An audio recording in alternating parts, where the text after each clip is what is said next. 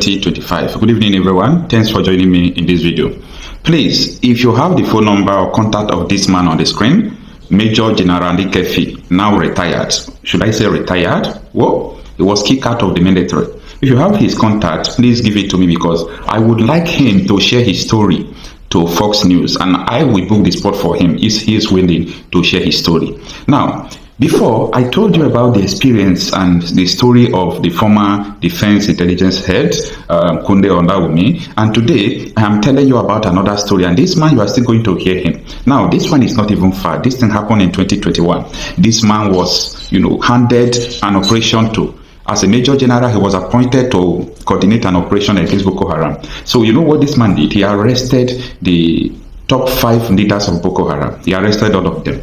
And that time, Boko Haram, they were in disarray, like it is finished. You know what happened? This man did not stop at that. He started working with almost 30 countries, including Dubai. He started sharing intelligence with the United Arab Emirates. And after doing that, he was able to capture the people who are financing the terror. Every now and then I was saying that Tinubu release the name of terror financiers if he has the mind. You people don't know why I stress all these things. Why? Because I know them. Now, this man, after releasing the name of people who are financing terrorists, he captured 5 top Boko Haram heads. The APC government released the Boko Haram members without charging them. They freed them. Let them go. Hope some of you are not still doubting this, that everything is getting clearer now. This man arrested, caught terror sponsors, terror financiers, and those that they are sending to terrorize and buy innocent people, just innocent people, not just 1, 2, but thousands of innocent people. They caught those terrorists, handed them over, and they let them go. The man that suffered, put in his life, to catch those terrorists and their financiers. They now what? They now kick the man out of the military. Kicked him out. Why would you arrest those terrorists? Why? Don't you know that they are our soldiers? This is so bad. Now, this man said that the terror financiers are linked to Brutai, who was the former chief of army staff, and Malami, who was the attorney general of the federation. Now, do you now see why terror war cannot be won in Nigeria? Do you now see the agenda in this thing? And he mentioned one airline, See, if I'm bringing reports, you people should understand the point where I'm coming from. That was last year, November. I'll go and look for the video and post it again. I made a video about an airline that is helping these terrorists to carry gun from all these Arab countries, including from Yes, Chad. a lot of us remember very clear. And that airline, that helicopter was linked to a former number 1, person in Nigeria. And what happened? Nothing happened, and everyone swept it under the carpet. It was swept under the carpet. The airline that was allegedly linked to number 1 person, nobody spoke about it anymore. It was, the matter just died off like that as usual. On Diego. And I made mention that not only this airline, that there was a particular helicopter that was still helping them to bring this weapon. So this man said that they uncover all these things during their investigation. And what surprises me is the link of Brutai and Malami. So I have my reservations. I want to analyze what this man said at the end of this video. So I want you to patiently watch what he said and let me know what you think about this, your Nigeria. Because as far as I'm concerned, this Nigeria already have a destination. People who owns this country knows where this country is going. Take a listen. Let me get into terror financing, and then I'll come to the OSW you talked about. Yeah. For you, successive administrations have paid lip service to unmasking prominent Nigerians allegedly financing terror and oil theft. Why do you hold this view? Allegedly so. And do you know, one would ask whether you know them. If true, what do you think is responsible for the past administration's attitude, regarding this so-called financiers of terror? Okay, thank you very much again for this brilliant question. Now, let me relate to my experience, right, as the commander of the Operation Service Wide, which was an intelligence-driven outfit. Now, like I said, we picked the main leaders and other facilitators, financiers, sponsors, and then we commenced investigation. By picked, you mean you arrested? Arrested, captured, arrest. Now we picked them. That is, it was a collaborative effort.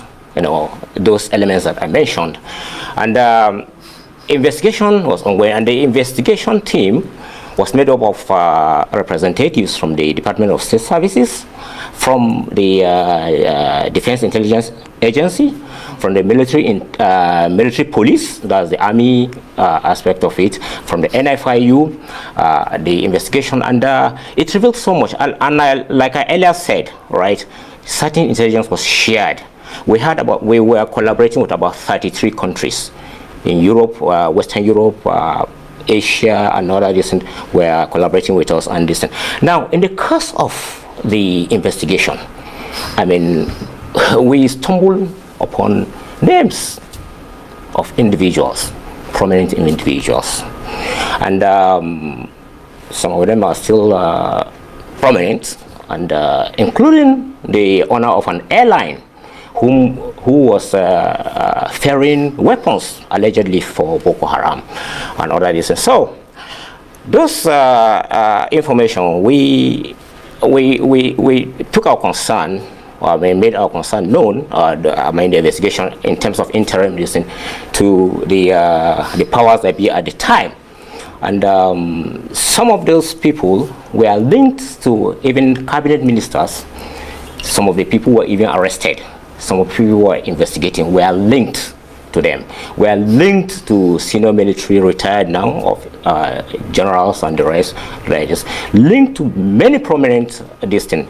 And in the course of our investigation, we now, let me just add also, we had 3 representatives from the Attorney Generals of the Federation Office, that's Minister of Justice, that were with us to guide us while we were making the case, right? Because ultimately, the Office of the Attorney General was to prosecute those you arrest. Right. Now, but as the thing progressed, we started noticing some kind of how should I put it? We noticed some kind of hesitation. Things started coming up like, okay, some of these people, they to be difficult to pin terrorism financing on them, perhaps money laundering. Look, then you started getting some calls, prominent that you should release, so person is not this and that, something. As the commander, I made my concern known to the president, late President Muhammad Buhari. I made it known. I said, so listen, and I recall on one occasion, he stood up, very angry. He said, General, I appointed you as the commander of Operation Service Wide. You report to me and to me alone. That was his exact words to me. Then General Muhammad Buhari, a great man. Of course, he had his shortcomings. I was very angry when the whole thing happened, and he didn't even raise a finger to this thing. I later came to realize, that perhaps he was misled. You say at Tahiru, the late Chief of Army Staff, yes, to end terrorism in the north. Fill us in on this strategy. Is it being implemented now? I don't know whether that strategy is implemented. Before delving into that, let me just say that the military and other security agencies are doing fantastic work. They're doing their best. They have challenges. Perhaps I'll come to that later. They listen, but they are doing their best. And a lot of challenges. Now, the strategy is nothing fantastic to say. It was just sincerity.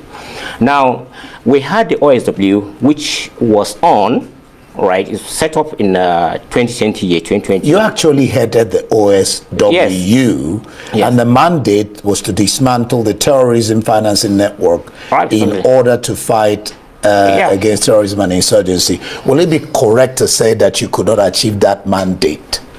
No, we achieved. Or that you failed? No, we achieved. Because we achieved to an extent. Because we arrested the leadership of the Boko Haram, just like I said. The leader, I don't want to mention his name because I'm not too sure, but I understand, I heard from the grapevine that he was released along with the 5 key guys. And that leader of Boko Haram, just like I said, the United Arab Emirates shared that intelligence with us. I know, with all this. And he was the one who even recruited the 6 individuals. They were jailed, 2 for life, 1 for 30 years, 1 for 20 years, another one for 10 years, and another one for 5 years, the 6 of them. He was the recruiter of this thing.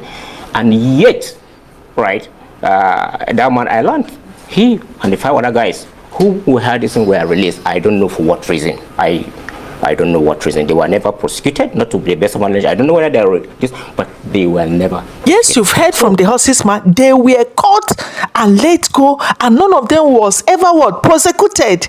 Is that how a country will move forward? If terrorism is what you breathe, if it is the air you breathe, is the food you eat, is what you love doing, why not stay on your region and do that and allow others to be? If that is your way of life, your value system, your culture, stay on your region and be doing that and allow others that doesn't love that to be, so that they will live in peace. Live in your own region and practice what you love. Others will live in their region and practice what they love. Everyone will live in peace. Of course, everyone will live according to their value system and live in peace with their own, with their likes. Not I forcing you to accept my value system, or you forcing your value system on me. No, it can never be. It can never happen. I don't know what you think as we continue watching this man. So you see, those are kind of the fear.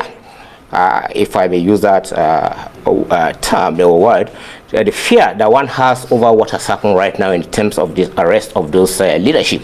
We hope that the thing we see will come to fruition. Yes. You had written to the president concerning your arrest, detention, and compulsory retirement over what an investigation task force you headed on that. Yeah.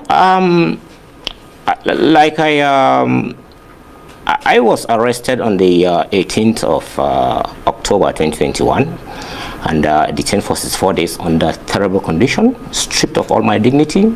Being arrested and detained under harsh and hard condition for doing the right thing, for arresting terrorists. Chai! No sensible person, right-thinking person will ever believe what is happening in Nigeria. You will just think that it's just a folktale story, a story that has never happened or can never happen in this world. Let's continue. It's so terrible.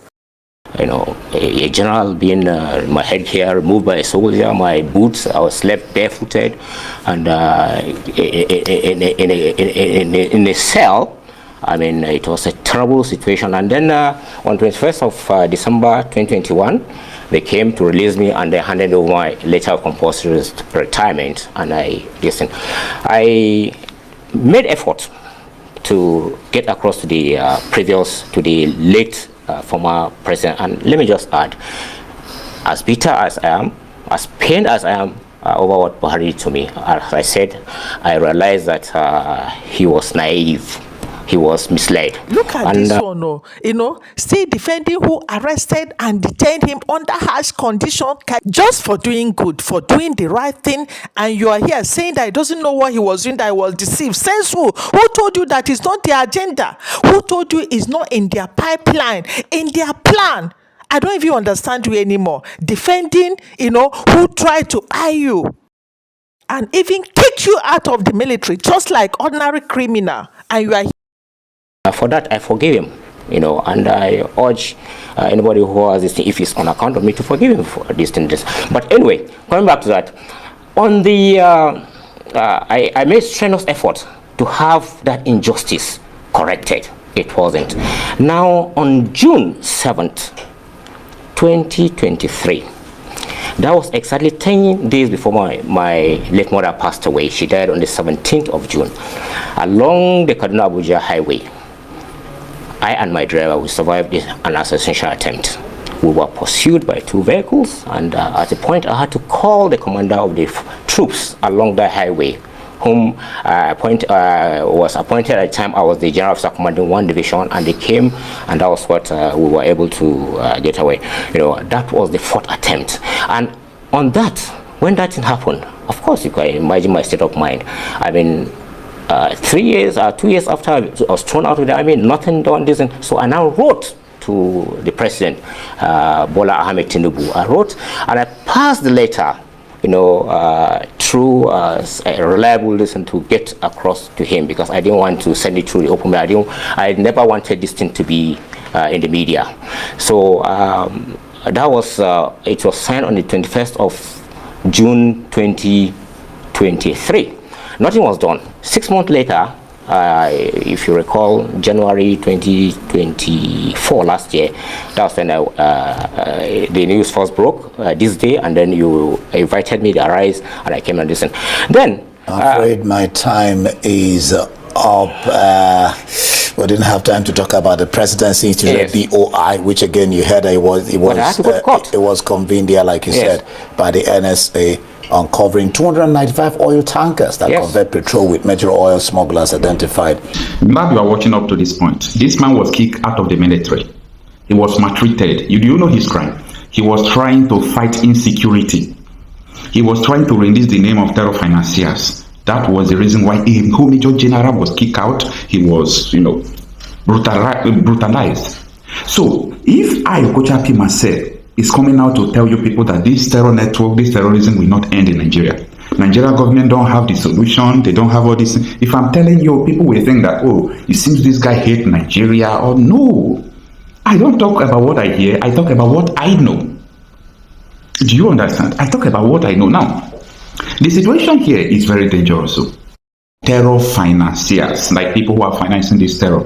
2027 election will be empty because almost everybody who will also campaign for 2027 are the people you are still going to campaign, the people you are still going to vote for. They are still financing terror. So how do you want it to end if not for international intervention? I see a lot of people, anytime they talk, they say, oh, now foreigners, they sponsor terrorism in Nigeria. I laugh. How can someone come into your house and started robbing you on a daily basis systematically without the concept of somebody's consent of somebody who owns the house and has the key? So you people should understand the terrain and the dangerous time Nigeria is right now. Now, the question is, how can it be? How can these people sponsor terror against their people? They are not sponsoring it against their people, but they are sponsoring it for a purpose. The purpose is to implement Sharia in Nigeria. I don't know how many times I'm going to tell you this. Now, on my next video, probably, maybe, I'm going to tell you the investigation of Sahara reporters. Sahara reporters released 21 names, okay? And don't joke with these names. The names of terror financiers again. Guess what? The 21, another terrorists from Rwanda. Others are from northern Nigeria, all these extremists. Why are they doing all these things? They are doing all these things because they want Nigeria to follow that Sharia. When are you going to wake up? When are you going to wake up? Now, do you understand in 2021, when Nnamdi Kanu was growing stronger? Pay attention to what I'm saying. I'm talking really that official. In that 2021, they kidnapped Nnamdi Kanu, right? When Nnamdi Kanu came back to Nigeria, they used Hausa language to address Nigeria, that Nnamdi Kanu was back. And the person who addressed Nigeria now has been linked to terror. That 2021, he was linked to terror, and they kicked out the general and linked him to terror sponsors. Do you see Nnamdi Kanu as someone who is opposing this terrorism, or do you see him as someone who caused it? It's only time we vindicate the just. You see, this Nigeria, you people don't know what is coming at all. Every now and then, the retired generals, they are coming to tell you people what is going on, but a lot of people don't want to understand. I rest my case. See you on my next video. Please kindly share this video. Let people see this video. Let people see what is going on. Except, I don't know. We arrested those guys, and they were in detention. We were collaborating with so many countries, about 3 countries, a key Western country, the United Arab Emirates, and we got a lot of intelligence from them. we picked those people. Some were picked from the battlefield, from the front lines, some were even outside the country. We picked them, and they were in detention. And then waiting for them to be prosecuted. Then in September, October 2nd or thereabout, next thing I was invited, said for interview at the military police headquarters.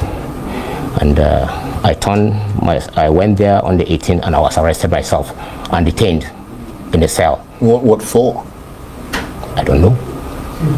I was 10 initially. When I reported there, the interrogators said when I was removed as a general officer commanding on the 8th of August 2021, I handed over on the 10th of August 2021, 2 days later, because the posting came via signal posting in the night. I became aware of it the following day. That was on the 9th. So on the 10th, I handed over and left and continued with the Operation Service Wide, that one that I reported to the design.